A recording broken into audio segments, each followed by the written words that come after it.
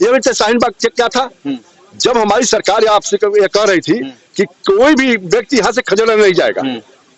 जब किसानों की बात करेंगे तो आप शाहीन बाग की बात करेंगे, हम शाहीन बाग की बात करेंगे तो हिंदुत्व की बात करेंगे। एक एक मुद्दे पे आप भी मानते हैं, आपका दिल समझता होगा, लेकिन आप अपनी दुकानदारी करते रहिए। हम अपनी दुकानदारी चला रहे हैं, लेकिन अपनी दुकानदारी चला रहे हैं। देखिए जमीनी हकीकत है, धरती आसमान ये जान रहा है कि जैसी किसानों की बात मैं उठाऊंगा, किसानों की बात मैं उठाऊंगा तो दुकानदारी और जो तेल चाहे तेल महंगा हो गई, पेट्रोल डीजल महंगा हो गई, घर डूबल बा, घर सरकार तक नहीं बनल बा, और का चाहिए? कैसन सरकार बा? खाली रोड बनावती है सरकार, खाली रोड। कि किसके पास राशन कार्ड नहीं है? हमारे पास नहीं है, हमारे पास भी नहीं है, जिनके पास नहीं। अरे हमारा सबका ऑनलाइन हुआ है और सबका राशन कार्ड नहीं पूछने आई हमारे गाँव में, इतना घर डूब गया है, एक बार नहीं पूछने आई, घूमने तो कह रहा है कि पूरा बाढ़ प्रभावित क्षेत्रों का। नमस्कार, गोरखपुर लाइव देख रहे हैं आप, मैं हूं आपके साथ आयुष द्विवेदी। गोरखपुर लाइव का चुनावी सफर चौरी चौरा के कुसमी बाजार में। आपको बता दें कि हम उत्तर प्रदेश के 403 विधानसभा का कवरेज करेंगे, इसीलिए हम चौरी चौरा के कुसमी बाजार में। क्या चाहता है यूपी, क्या चाहता है यूपी, कितना हुआ यूपी का विकास, कितना दुखहाल है यूपी, हम लोगों से जानेंगे। हमारे साथ बीजेपी के भी नेता है आनंद शाही जी। आनंद जी से ही पहले सवाल करते हैं क्योंकि सत्ता में आनंद जी। आनंद जी, गोरखपुर लाइव में आपका स्वागत है। बहुत बहुत धन्यवाद। सवाल सबसे पहले आपसे, 2022 का चुनाव है, क्या तैयारी है आपकी पार्टी का और आपका? देखिए, भारतीय जनता पार्टी ने बूथ स्तर से लेकर के सेक्टर तक हम लोगों ने पहले से अनवरत काम उस पर हो रहा है और काम करते हुए हम लोग मजबूती के साथ खड़े हैं। हम लोग तो रोज चुनाव लड़ते हैं। भारतीय जनता पार्टी और हिंदुत्व वाहिनी का कार्यकर्ता रोज चुनाव लड़ता है और उस चुनावी समर में कोई अपने आप को प्रदर्शित करने के लिए आएगा। आपने देखा होगा कोरोना काल में सारे विपक्ष के नेता अपने अपने घरों में छिपे हुए थे, लेकिन केवल भारतीय जनता पार्टी हिंदुत्व वाहिनी का कार्यकर्ता क्षेत्रों में रहकर, गांव में घूम करके, मड़ई में जाकर के लोगों को खाद्यान्न पर देने का कार्य कर रहा था। जनता भी एक सवाल और करेंगे आपसे। कोरोना की आप ही चर्चा की, हम कोरोना पर जाना नहीं चाहते हैं क्योंकि आपकी सरकार बहुत कुछ दावा करती है। कोरोना में ऑक्सीजन से मौत हुई थी कि नहीं? सवाल नंबर 1। लेकिन सबसे पहली बात यह है कि यह वैश्विक महामारी थी। नहीं, मैं पूछ रहा हूँ ऑक्सीजन से मौत हुई थी कि नहीं, जनता है आपके सामने। नहीं, ऑक्सीजन से मौतें नहीं हुई थी, केवल घबराहट में मौतें हुई थी। अच्छा, हाँ, अटैक आ गया था। घबराहट में ज्यादा लोग, क्योंकि उसके विषय में सभी लोग जानते नहीं थे और न जानने की वजह से कि कोरोना हो गया, लोग भयभीत होकर के अस्पतालों में दम तोड़ देते थे। अच्छा, ऑक्सीजन से मौत हुई थी कि नहीं भाई साहब? नहीं, ऑक्सीजन से कोई मौत, ऑक्सीजन से मौत नहीं हुई, घबराहट की वजह से हुई। शाही जी के समर्थक है क्या? नहीं, ऐसी बात नहीं, सच्चाई यही है कि आप पोस्टमार्टम तैयारी कर रहे हैं। पोस्टमार्टम रिपोर्ट को देखिए कि 99% आदमी जो है एकदम हार्ट अटैक से हुआ। मेरा एक मित्र ही था जो उसको जो है बरहज में भर्ती किया गया था और लोग जब वो रिलीव हो गया तो वो सोचा कि गोरखपुर भर्ती हो जाए, और जब वहां से लेके चले तो संजोग से 2 पहिया छटक गया। अब उसमें जब स्लीपर से नीचे मतलब उसका गया स्ट्रक्चर, उस समय वो घबराहट में वो वही दम तोड़ दिया। फिर आप ही से सवाल करते हैं। अखिलेश यादव ने एक बयान दिया है, कह रहे हैं 400 पार, मतलब आपको 3 सीट दे रहे हैं और आपकी पार्टी कह रही है 350। तो हम इस गड़बड़ झाला को समझ नहीं पा रहे, आप ही समझा दीजिए थोड़ा। अब देखिए अखिलेश जी क्या कहते हैं, क्या करते हैं और उनका क्या नेचर है, उससे आप भली भांति जानते हैं। वह 4.5 साल तक तो खुद क्षेत्र में नहीं आया, किसी जनपद में नहीं गया, किसी ब्लॉक में नहीं गया और बैठे बैठे एसी की राजनीति करने वाला व्यक्ति वह मुझे बताएगा कि हम कितनी सीट पाएंगे? जनता बताएगी कितनी सीट पाएंगे। और जनता एकदम मोदी जी और योगी जी के नाम पर काम कर रही है, चल रही है। जनता की आपने बात किया, मैं चौरी चौरा को 2 दिन से कवरेज कर रहा हूँ। सवाल यह है कि लोग योगी और मोदी के नाम पर वोट देने को तैयार हैं, लेकिन आपकी जो विधायिका है संगीता यादव, उनसे लोग बहुत नाराज हैं और आप भी जो है ताल ठोक रहे हैं वहां से। देखिए, सबसे बड़ी बात यह है कि हम नेतृत्व करता हमारे योगी जी हैं, मोदी जी हैं। मोदी ने ये जो विजन दिया है, उस विजन पर सारे भारतीय जनता पार्टी हिंदुत्व वाहिनी कार्यकर्ता मजबूती के साथ लगे हुए हैं। आपने देखा होगा बाढ़ के समय में आज तो फोटो खिंचाने के लिए विपक्ष के तमाम नेता पैजामा उठा उठा करके घूम रहे हैं, लेकिन जिस समय बंदे पर रखवाली करनी थी, बंदे पर लोगों को लेकर के उसको बचाने की का कार्य था, वह भारतीय जनता पार्टी हम लोगों ने किया। हम सभी लोगों ने उस पर रह करके 12 बजे रात से लेकर के और 24 घंटा रह कर मॉनिटरिंग किया, और मॉनिटरिंग करने के बाद जो राप्ती का बंधा था हम लोगों ने बचाया। उस समय समाजवादी पार्टी का नेता कहाँ था?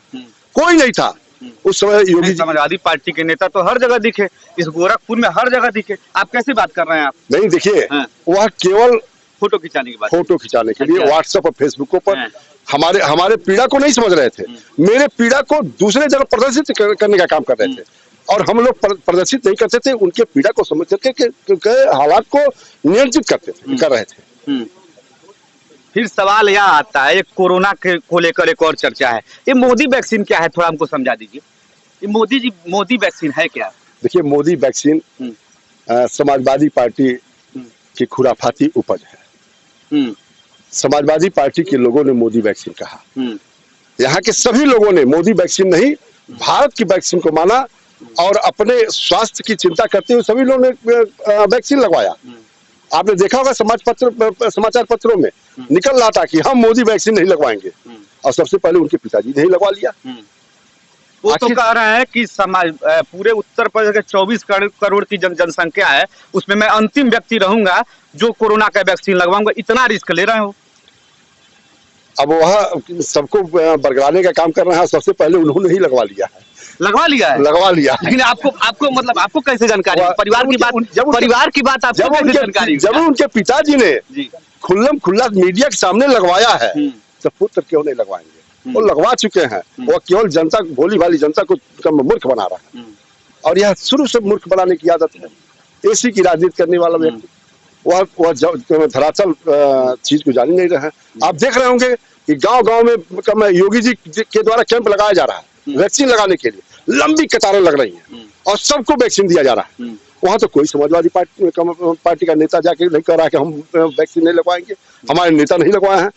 यह केवल भ्रमित करते हैं लोग, और इनके पास कोई मुद्दा नहीं है, मुद्दा विहीन है विपक्ष, और मुद्दा विहीन होने के नाते कुछ न कुछ तो उनको बोलना ही है। अगर बोलेंगे नहीं तो ये बताइए उनकी रोजी रोटी कैसे चलेगी? दुकानें बंद हो जाएंगी। अच्छा, फिर हम चौरी चौरा पे आते हैं। चौरी चौरा की सबसे बड़ी समस्या क्या है? कौन सा ऐसा काम नहीं हुआ जो आप जो है अभी ताल ठोक रहे हैं? संगीता यादव विधायिका है, कौन सा ऐसा कार्य है जो सबसे महत्वपूर्ण है वहाँ के लिए? देखिए, सबसे पहला कार्य हमारे ब्रह्मपुर ब्लॉक में बाढ़ प्रभावित क्षेत्रों को मजबूती के साथ 2 रेगुलेटर लगाने की और आवश्यकता है, बंधों को कायदे से पिचिंग कराने की आवश्यकता है, और बंधों के ऊपर पिच रोड बनवाने की आवश्यकता है, जिससे हमारे दो तीन तरह के फायदे होंगे। पहला फायदा होगा रेगुलेटर लगवाने से उस क्षेत्र में जल जमाव की स्थिति नहीं रहेगी। दूसरा, हम पिचिंग करा देंगे तो जो रिसाव हो रहा था, बंधे टूट रहे थे, आपने देखा होगा कि बंधा टूट गया था, तो बंधे नहीं टूटेंगे। और जब पिच सड़क बन जाएगा तो उस पर आवागमन प्रारंभ होगा, उस बंदे की रखवाली भी हो जाएगी, और अगल बगल के लोगों को एक रोजगार भी मिलना प्रारंभ हो जाएगा। आने वाले सभी लोगों को वहां से एक रोजगार मिलेगा, और अगल बगल के बाहर के लोग भी आकर के वहां बसेंगे, अपने उद्योग धंधे को लगाएंगे। सबसे महत्वपूर्ण तो काम यह है जो जिससे उसको निजात दिलानी है। अच्छा, आपका क्या नाम है? सुरेश पासवान, जिला पंचायत सदस्य भी हैं, बता रहे थे आप कैमरा, तो कैसे खरीद फरोख्त हुआ चुनाव में? नहीं, कोई खरीद फरोख्त नहीं, हम पार्टी के सिंबल। हमारी पार्टी तो लगातार आरोप लगा रही है इस पर। नहीं, कहाँ आरोप? उनका कैंडिडेट ही नहीं कोई था। कैंडिडेट नहीं था? अरे आप लोग तो पर्चा नहीं भरने दिए। कहाँ पर्चा नहीं बने थे? पर्चा लोग भरने नहीं, लाठीचार्ज नहीं हुआ था। कोई भरने वाला नहीं है। भरने वाला। अच्छा, सरकार के 5 सालों के कार्यों को आप किस रूप में देखते हैं? बढ़िया रूप से देखते हैं। बढ़िया विकास तब बोल रहे हैं क्या? नहीं, साहिल जी की बात नहीं है, जो विकास हो रहा है उसके बारे में हम बोल रहे हैं। सरकार कोई लायक नहीं है, गरीबों का कुछ दे रही है ना, कुछ नहीं, कोई मतलब नहीं है ना। गरीब को रोजगार नहीं मिल रहा है, ना लड़कों को कोई रोजगार मिल रहा है, न नौकरी मिल रही है, न चाकरी मिल रही है। हाँ, ये सरकार सही है नहीं। कौन बेहतर है? कहाँ गए हो? कौन बेहतर है? कौन बेहतर? अखिलेश यादव और योगी आदित्यनाथ की तुलना की जाए 2012 से 17 अखिलेश यादव और 17 से 22 योगी। इसलिए तो योग में तो सबसे बढ़िया योगी है, पूछे कैसे 5 महीने आप कह रहे हैं विकास तो विकास तो नहीं हुआ है, इसके लिए बोल रहे हैं। में विकास नहीं हुआ है, बस सब कुछ हमको अच्छा लगता है। नौकरी बच्चों को नहीं मिली, घर नहीं मिला, बहुत लोगों को मिला, बहुत लोगों को नहीं मिला, और बच्चों को एकदम साफ नौकरी नहीं मिल रहा। संविदा पे कोई काम करना नहीं चाहता है, सरकार कोई नौकरी लाभ दे ही नहीं रही है। सरकार, फिर सवाल आपसे ही होगा क्योंकि सत्ता में आप हैं। लड़का कह रहा है रोजगार नहीं है, संविदा पे नौकरी दी जाती है, सब कुछ निजीकरण कर दिया गया, और आप कह रहे हैं देखिए आपको मैं बता दूं, आ जाइए आ जाइए आ जाइए, सही चीज नहीं पूछिए क्योंकि सत्ता नहीं, नहीं है ना। सबसे जो यह कह रहे हैं सारे वादे गलत है। मैं इनके बातों का जवाब दे रहा हूँ। हमारी सरकार 4.5 साल की है, आ जाओ तुम भी। और सारे बेरोजगारी आज की समस्या नहीं है। बेरोजगारी के मूल में आप अच्छी तरह जानते हैं कि बहुजन समाज पार्टी और समाजवादी पार्टी के लोग थे। एक समय तो ऐसा था कि जो आज हम फ्रेश नियुक्तियां कर रहे हैं। सर फिर सवाल यह है कि बसपा और सपा तो सत्ता में है नहीं, सत्ता में इसीलिए तो जनता उखाड़ कर फेंक दी। भैया बताना तो पड़ेगा कि गुंडा राज कब था, ये बताइए भू माफियाओं का राज कब था, आतंक क्यों किसने बनाया था। आप नौकरी के लिए लिस्ट कहाँ से आता था? सभी एक समुदाय और एक जिले के लोग आकर के और जनपद में भर दिए जाते थे। ऐसा तो नहीं हो रहा है। और गाड़ी पलट जाती है। देखिए गाड़ी नहीं तो वह तो एक अकस्मात, देखिए गाड़ी शरीफ की नहीं पलटती थी, किसी न किसी गुंडा की पलटती है, चाहे वह गुंडा। किसानों के ऊपर गाड़ी चढ़ा दिया जा रहा है, ऐसा किसानों का आरोप। आपने लखीमपुर खीरी में किसानों के ऊपर, देखिए हमारी सरकार, आ जाइए अभी आ जाइए किसान। देखिए हमारी सरकार, सबसे पहली बात मैं बता दूं, मेरी सरकार परम पूज्य महाराज जी ने पहले ही दिन से घोषणा कर दिया है कि हम निष्पक्ष जांच कराएंगे, और जो भी दोषी होगा, चाहे वो किसी भी दल का हो, कितना भी बड़ा व्यक्ति हो, उसको हम कटघरे में ले खड़ा करके दूध का दूध पानी का पानी करेंगे। वीडियो वायरल हो रहे हैं, वीडियो वायरल में देख रहे हैं आप कि बंदी पहन करके किस तरह का कार्टून बना के लोग खड़े हैं। उस किसान आंदोलन को प्रायोजित किया गया है, उसमें कुछ न कुछ खालिस्तान समर्थित आतंकवादी भी उसमें कम शरीक हैं। जांच तो होने दीजिए। मतलब किसान आतंक खालिस्तानी होते हैं? नहीं, किसान अगर सड़क पे आते हैं तो किसान नहीं है। किसान राकेश टिकैत को आप किसान नहीं कहते हैं, महेंद्र सिंह टिकैत को किसान नहीं कहते हैं। जो आंदोलन करेगा उसको कहेंगे कि वो आंदोलनकारी नहीं है। क्या है? नहीं, हम सारे चीजों को संवैधानिक दृष्टिकोण से सही मानते हैं, लेकिन असंवैधानिक दृष्टिकोण से ये बेटे शाहीन बाग क्या था? जब हमारी सरकार आपसे कह रही थी कि कोई भी व्यक्ति यहाँ से खदेड़ा नहीं जाएगा। जब किसानों की बात करेंगे तो आप शाहीन बाग की बात करेंगे, हम शाहीन बाग की बात करेंगे तो हिंदुत्व की बात करेंगे। एक एक मुद्दे पे आ जाइए। किसानों की बात करूंगा, शाहीन बाग पर ही बोलिए। नहीं, एक मुद्दे पे आ जाइए। जैसे यह सब प्रयोजित है।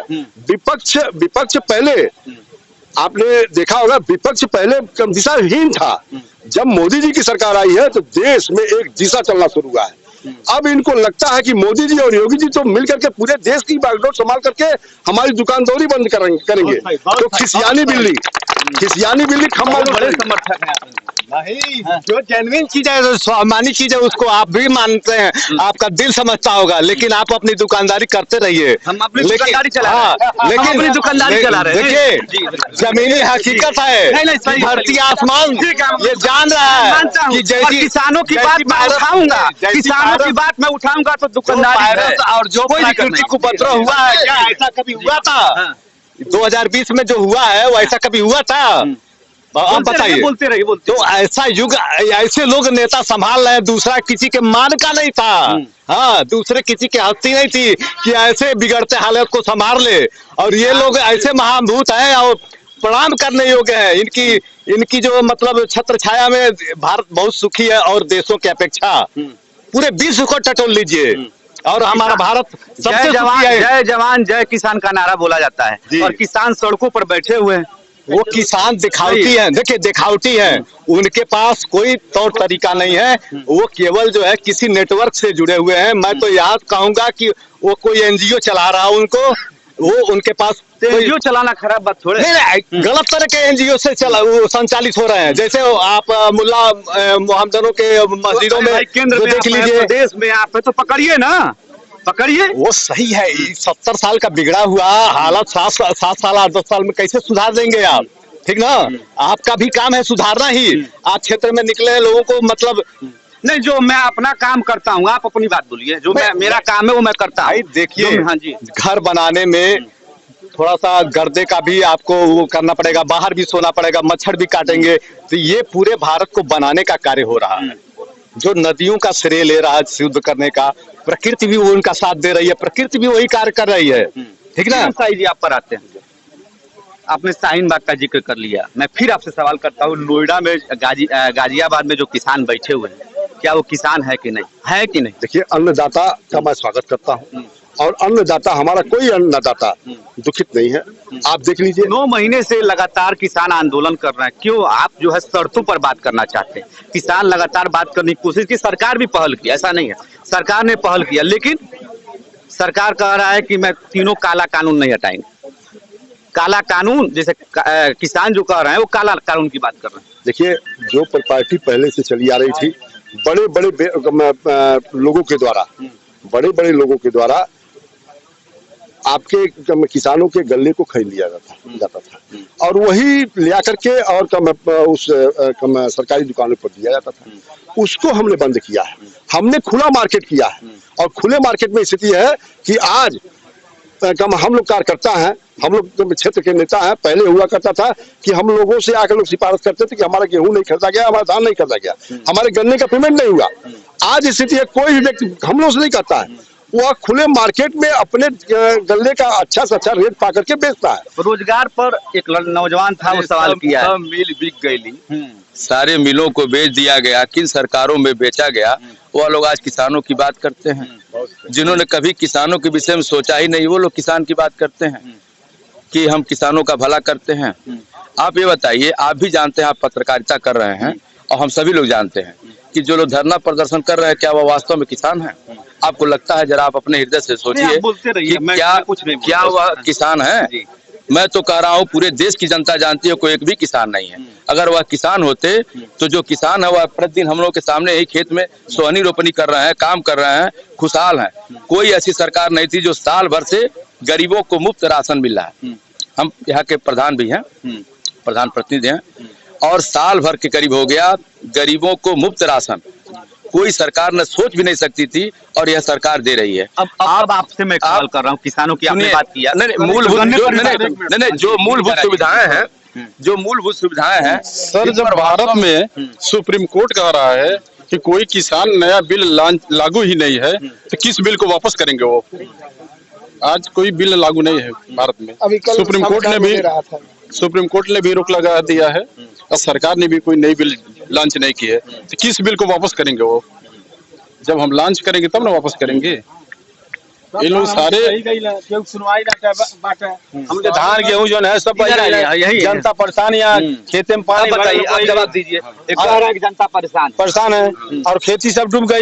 अब क्या खाएंगे लोग? गरीबी है और सब डूब गया और बह गया, सब बह गया। किसान हम लोग निराशावादी नहीं आशावादी हैं। फिर हम लोग फसल को उगाएंगे। और जो किसान है, असली किसान तो ये दिख रहा है। असली किसान हम भी हैं। असली और नकली की पहचान बता दीजिए जरा। सा हम भी किसान है, हम पगड़ी बांधे हुए हैं, इतना ही से किसान है। आप असली वाले? हाँ, हम भी जानते हैं खेती करना, किस खेत में क्या राशन फ्री पाते हैं नहीं पाते। अच्छा, पूछ रहे हैं राशन फ्री पाते हैं कि नहीं? फ्री पाओ लग नहीं पाओ? मिलल है, थोड़ा बहुत मिलल है। हाँ मिलल है, हाँ मिलल है। जब से योगी जी की सरकार आई, तेल महंगाई बढ़ गई, जनता पानी कैसे चला, डीजल नहीं। अबे क्या कह रहा है प्रधान जी? आप कह रहे हैं राशनवा पावल है कि नहीं पावल? लड़का जवाब दे दिया, कह रहा है 1 साल से, मतलब चुनावी साल भर से 4 साल में नहीं मिला। नहीं मिल रहा है, साल भर से फ्री। साल भर से फ्री साल भर कहाँ फ्री मिला? साल भर नहीं मिला है, थोड़े दिन बहुत मिला है। हाँ, तब से मिला है, तभी से मिला है। आप किसानों की आपने बात किया। गन्ने का मूल्य जब 2007 से लेके 12 तक बसपा की सरकार थी तो 80 रुपया बढ़ा था। सपा की सरकार थी तो 35 रुपया बढ़ा, 35 से 40 रुपया, बाद में 65 रुपया हो गया। बीजेपी की सरकार है तो कितना बढ़ गया बता दीजिए इस चुनावी साल के अलावा? नहीं, कोई ऐसा साल नहीं है मान्यवर जिस साल 25 रुपया, 30 रुपया, 40 रुपया गन्ने का मूल्य न बढ़ता हो। और मूल्य सुनिए, नहीं, और मूल्य की बात तो आप कर रहे हैं जी। आप बताइए कि गन्ने का मूल्य कब बढ़ा है? सुनिए, पहले बढ़ा है कि नहीं बढ़ा? सरकारें यह कहती थी कि हम 12 घंटा बिजली देंगे, 10 घंटा बिजली देंगे। आज 24 घंटा महाराज जी के शासन काल में 24 घंटा लोगों को बिजली मिल रही है। बिजली पर तो मैं गया नहीं, गन्ने की बात करूंगा तो बिजली पर आएंगे, बिजली की बात करूंगा मैं कह रहा हूँ कि बात की बात करूंगा तो किसानों की बात करूंगा। जो सरकार हमारी अच्छी काम करेगी उस पर आप नहीं आएंगे। मेरा काम है कमियों। देखिए, उसके लिए आप विज्ञापन करवाते हैं, उसके लिए आप अखबारों में विज्ञापन देते हैं, उसके लिए बड़े बड़े होल्डिंग लगवाते हैं, पोस्टर लगवाते हैं, वो तो काम अच्छा है। लेकिन सवाल यह है कि जो कमियां हैं, मेरा काम है कमियों को दिखाना।